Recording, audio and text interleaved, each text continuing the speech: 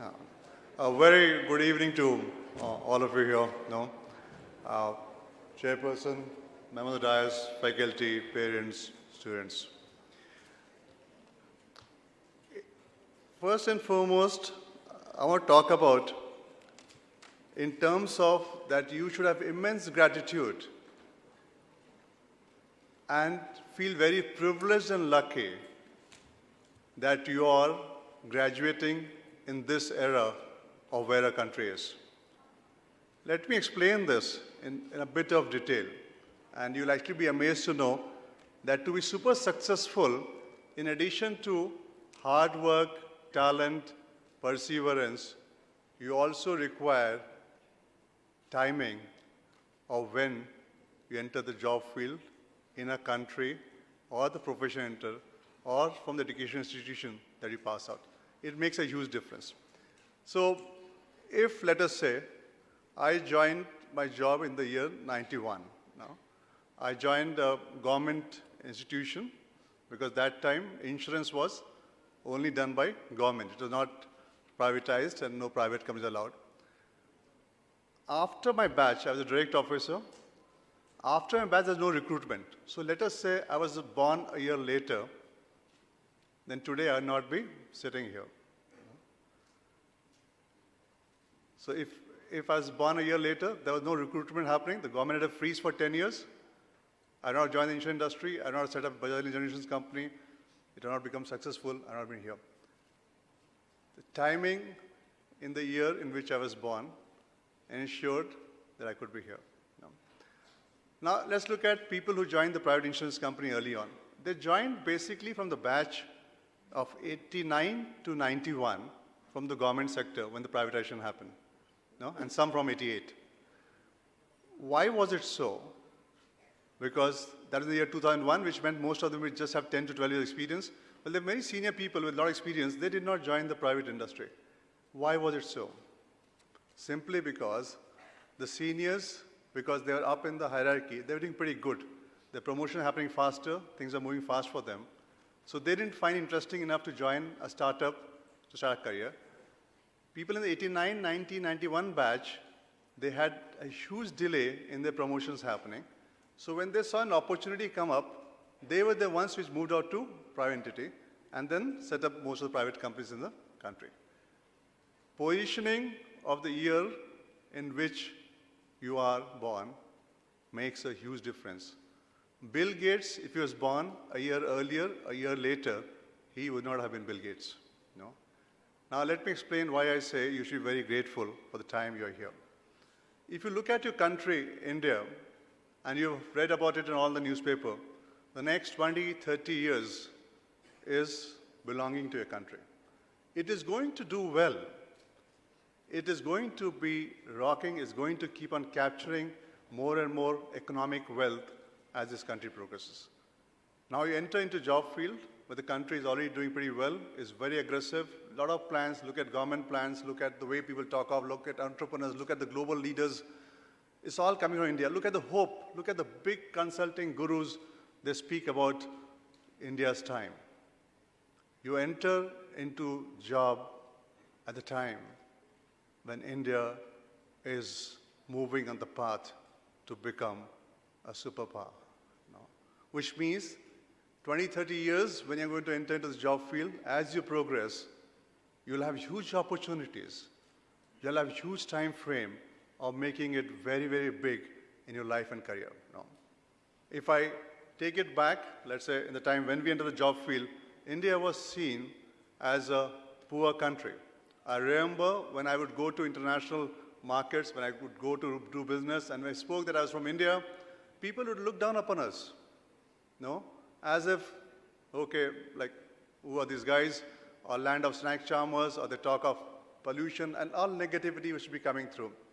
I've seen the change when as Indians we go to the global markets and meet people across the countries, how the respect for India has moved up to where it is. So when you enter the job field, you're entering at a time when your country is going to do very well. Now when I looked at the courses you have done, international business, retail, insurance, no? Let me talk about insurance a bit because I represent the industry.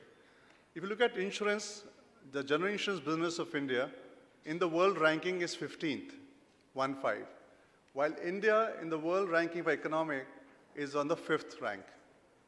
So there's a huge gap, 15th and 5th, which means that anybody who's entering insurance, for the next 20, 30 years, this business will always have a double-digit growth. So imagine you are entering job in a country which is going to progress, then you enter into a profession which is going to have a double-digit growth for the next 20, 30 years. As of now, you only have 60 insurance companies in India. In US, you have 6,000 insurance companies. India, in the next 5 to 10 years, will have at least 1,000 insurance companies in the market. Talent will always be short of the requirement of the industry. Unbelievable. You enter the job force when the country is going to rocket.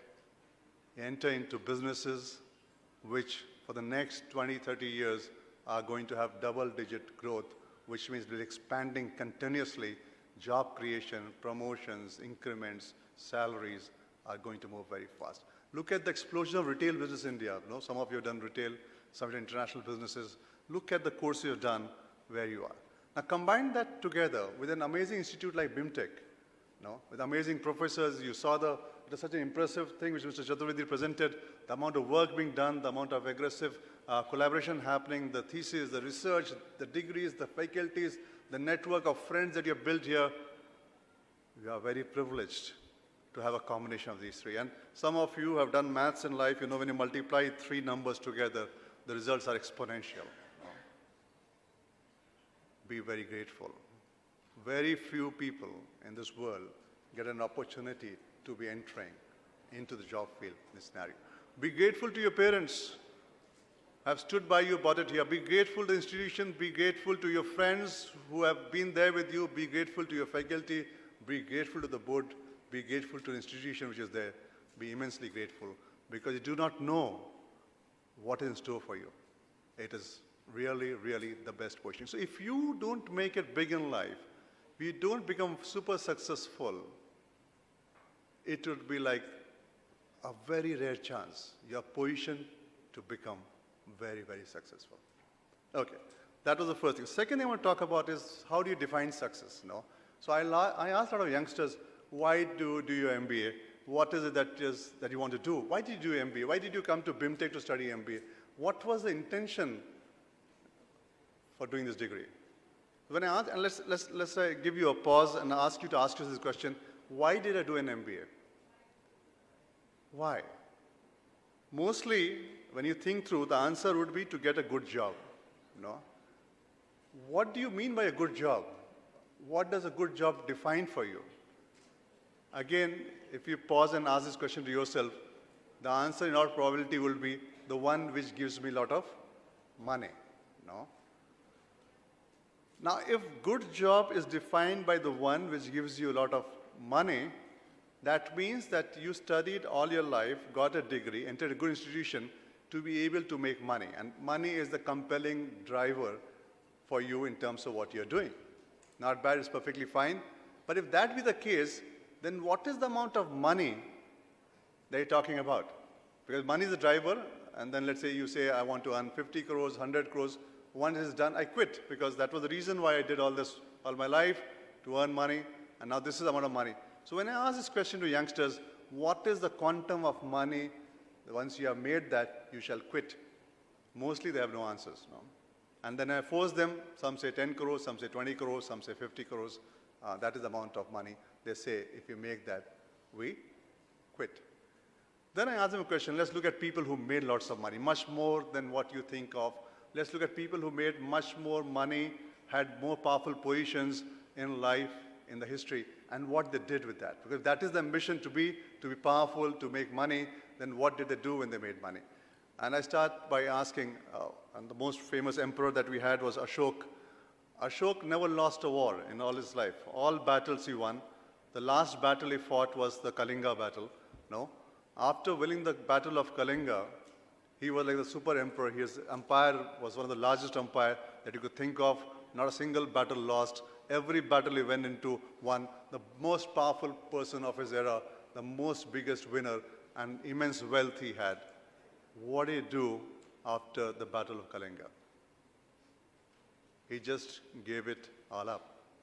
Let's fast forward to modern times. Warren Buffett, one of the richest persons in the world, 99% of the wealth he gives away. Let's look at Asim Premji, one of the biggest a person who built wealth, most wealth given. So is it not interesting?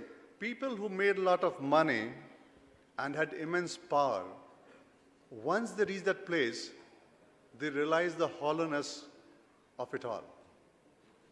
And they realize that world life is much more different than what they had thought when they started this journey. Look at businesses, and BIMTECH is set up by Birlas as a family. Look at businesses which have survived for hundreds of years and business houses, and look at the ones which did not. You will find one thing for businesses which survived for hundreds of years, that they are focused on society.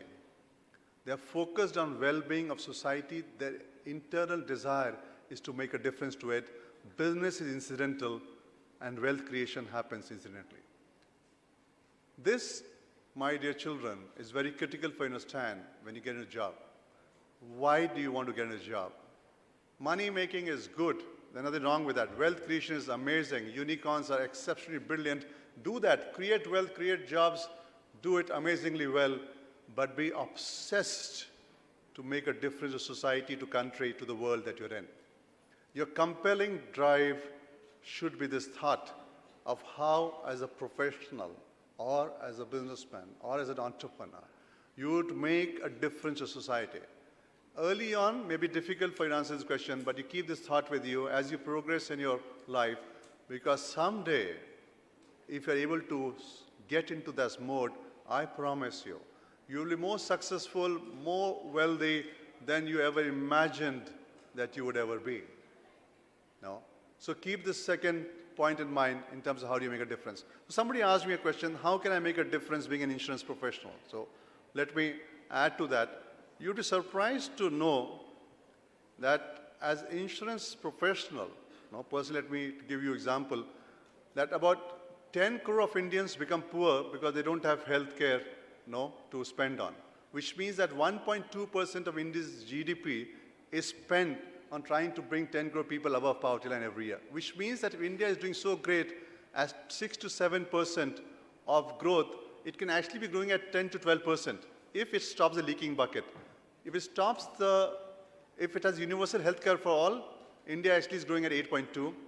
If it has, let's say, a huge logistic thing, where some of you are entering the retail setup which is more efficient, India grows by 1.5% more. If it has a cover for all the flood and catastrophe loss, India grows by 0.8% more. You add it all together, it actually can grow at 11 to 12%. Because leakages, it is growing at 6 to 7. Look at developed countries, they don't have the leakages. With no leakages, the developed markets at 2 to 3% growth are very happy. India, with all the leakages, is going to 6 to 7%. As professionals, we work with government to stop these leakages, which means, one, we save crores of people from going below poverty line. We encourage the economy to grow at a much faster pace than it's growing. We create jobs. We create, in terms of the money to be spent by the government. You'll be surprised to know 40% infrastructure spent in India is by insurance money. The kind of spend it does. You make a huge difference to country, society, if you understand how do you contribute to all this together and that story together. So second message to you is be very, very obsessed about what difference do you make to society. How do you look at businesses? How do you create wealth? How do you create jobs? And how do you emerge as a professional, or as an entrepreneur, as a business leader, which makes a huge difference to your country, to the society that you're in. If you get this right, I promise you, the amount of power, money that you shall make, you'd be much more beyond than you ever imagined that you could do. That is the second message I want to give you. The third message is about your conduct as a person. When you become successful, because the chances of becoming successful is very, very high. You become successful, and I've seen this. A lot of people, when I tell them, when they join me young, and I tell them, be careful, and they ask me what should we be careful about, I say, be very careful that when you taste success and power and money, that you should not get arrogant. They said, nahi, nahi, hum arrogant to honge nahi. I'll always be humble. We heard in speech, humbleness was spoken about. I think Chairperson mentioned about humility as the hallmark of knowledge creation. And I've seen amazingly brilliant boys and girls, the moment they taste success, they get good wealth, they get power, they get arrogant. And they don't realize that they get arrogant. They don't realize that they forget to respect every individual that they meet. They forget to respect every person on the street. They forget to respect every animal on the street or where they see. They forget to respect. They start feeling that they are God's gift to mankind and they have done what they have done because of who they are. They forget about the circumstances, the positioning, the luck that they had along with their hard work which propelled them to where it is. The third message is, come what may, any act of yours in which you sense a bit of rudeness or disrespect even to your enemies, don't let that come if you want to be a super successful person. Moment you have disrespect, you have arrogance, your doom is sure, in spite of where you are. And you watch it carefully in history, any leader who has shown arrogance for a period of time has started his or her downfall the moment you start seeing that. So as young people entering the job field, as people who are going to be very, very successful in times to come, the third thing we're very, very cautious about is never, never allow arrogance and disrespect to come in spite of whatever happens. And you will watch that's going to happen to you in spite of your best intention when you start seeing money and power come. At that point in time, remember this. If you want it to continue for a long period of time, never, never allow that. Being a good human being ensures that success is sweet and success is powerful. No, otherwise, anybody can make money, anybody can do that, but they can't sustain it for a very long time. The fourth thing was my observation I saw here, and ma'am mentioned to me that if I look at the awardee and if I look at the people who were winning the medals, the percentage of women was much higher than the men. Very interesting. At the entry level of the race, percentage of women is much higher than men. And let's fast forward to the CXOs and the CEOs in this country. Percentage of men is much higher than women. Is it not an amazing thing to see? So when I look at colleges, I look at the degrees, I look at the awards, I look at the medals. The percentage of women is much higher than men. If I look at the CXOs, if I look at the CEOs, percentage of men is much higher than women. What is it that has happened? Why did this transition happen from more successful being here to the gender diversity getting into part of it? There are 2-3 reasons. I asked this question to a lot of successful women leaders across the world as to why they think this happens. And I got some amazing answers. Let me share them with you. These are from the women I spoke to. They are not my answers. No. One, they said is, in a meeting room, the woman in the meeting room normally would raise out all issues of risk.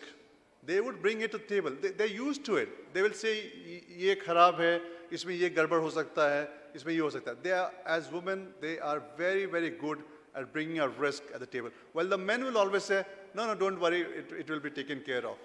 Now that, in a way, even if they have no clue about it, when they speak like that, that is something which people feel would be something they'll take care of it. And that is why a lot of companies go through a disastrous phase, because they did not listen to the risk being raised by women. Women raise it very well. They raise it in a brilliant manner at any conversation. You look at even your own groups, think about it. There are 4 of you, 2 women, 2 men, and you're talking about any topic. You'll find the woman talking about what can go wrong, what is going on, while the men saying, no, don't worry, we'll take care of it. They have no bloody clue how will they take care of it, but they'll make that statement, no? And women will make statement about what else can go wrong. In a corporate world, mostly when people say they'll take care, are the ones who will take on the responsibility of trying to take care without any clue what's happening. So this again was told to me by a French lady. She's a global leader and a very powerful leader. I was so amazed to hear this, and I thought about it. Yes, it happens. In all meetings, when we have women, they raise these points, men will always say it's taken care, and the responsibility shifts to men. So one lesson for all the women leaders here is, when you raise the risks, also have the confidence to state, these are risks, but I shall ensure that we shall figure things out to solve it. No? Do that. That is one thing. And you watch it in conversations, what is happening. This was a learning which I had from this French friend of mine who's a global leader, a very powerful leader, and she told me this. I said, wow, this I never thought through. Like from the men's perspective, we don't see this happening. The second thing which actually happens, and it was told to me by a very powerful woman, Indian leader, and she was heading a very powerful bank here. She told me, Tapan, the issue which we face is that after we do a job, we get married, we have kids, and the onus of taking care of it starts coming to us, and that is time we start slowing down a bit. And by the time it's over, we are behind the race in terms of how it takes on. So when we get a supportive family, are we still there in the race? We are able to be there. Most of us tend to drop out at that point of time. Now, that phase of your life is very interesting because one, your career is going through a very, very tough time because you are right now building a career, so you are at the bottom of the pyramid. You're fighting it out there for you, it's tooth and nail. At the same time, family responsibility comes to you. And then, because you're so stressed out, and you feel that's your duty to take care of family and career, you let go for those 3 to 5 years. And then to get back becomes a problem. And once you let go, you start repenting 7 to 8 years from now. So any one of you who has a mother or an elder sister who's gone through this phase, you'll know what I'm trying to say. And then you drop out in spite of winning all the medals and being the best in the course. But I've seen organizations take care of women when this happens. No? They allow not only leave, they allow creche, they allow system facilities. Figure out organizations which have strong support system in this phase of life. Have a clear conversation with your spouse, with your family, when you enter this phase, that it is to be supportive. And you are not the one who is going to sacrifice. No. You may take a bit easy in terms of a couple of years role. The organization will support you on that. Don't leave the race. Don't leave the race. I think that was the second conversation I had, which to me was a huge, huge lesson. You will have enough organizations which support you, and that is where you will see this gender equality as it moves along. That's for the women leaders here. Don't leave the race. Now, right now, you may not feel, but that time, you'll feel that. So that is mine, no? Yes. Yes, thank you. This was now on your discussion, no? The third question, which I mostly get asked, is about ethics. They say in business, Tapan, in sales, you will have to lie, you have to compromise ethics to make it successful. 32 years I've been working. I've never lied. I've never, in a sales call, said what is not true. And never have I compromised on ethics. For a very simple reason, that once you let go of ethics and integrity, and you let go of your moral and character, it doesn't matter what you earn. You will slowly wash away yourself and will not be a super powerful leader in times to come. When you speak the truth, when you have ethics and integrity of the highest order, I have seen that you may face some difficulty, you may lose some business, but as time progresses, every business comes back to you. People respect truth-speaking people. People respect ethics. People respect values because they realize that somebody who cut a short one on them did not stay for them when things go wrong. You stood by it, and what you said was right. It's a phase. When you get into a crossroad where ethics, values, moral seems an easy thing to compromise to get ahead in life, my message is don't do that. You actually don't get ahead. You get pushed back in life. You don't realize it then. Stick to your ethics, integrity, values, and morality, and speak the truth at all points of time. I guarantee you, you will be super successful beyond what you imagine. No? These are points which will come to you in your life as you progress further. Finally, I just don't want to take much time because we have a limited time. I can talk on to it for you an entire evening, spend my entire life doing all this. Finally, learn to relish life. This, again, is something which I observe. When I ask a lot of youngsters, why are you not happy? They say, no, sir, I'll be happy if I get that promotion. No, sir, I'll be happy if I buy that Mercedes. I'll be happy if I get that Audi, if I buy that Louis Vuitton, if I buy that bag, if I go to see Paris, that's the first thing people say, or Switzerland to begin with. I'll be super happy. In the desire of postponing your happiness for future events and pushing yourself to get those events, I've never seen people be very happy. Happy are the ones who are constantly enjoying every moment of life, who enjoy difficulties also, who enjoy good times also, bad times. So let's say sitting here in a convocation, you should be the happiest right now. You're getting your degree, certificate, such a big event. You should be happy to step out. You should be happy to start a job. You should be happy every moment of life. Happiness, don't postpone for future events. If this happens, I'll be happy. I guarantee you, happiness will always elude you. Happiness is something that you relish every moment of your life. Things will happen to you on their way. It will come to you naturally. Don't peg your happiness to future events. I think that is...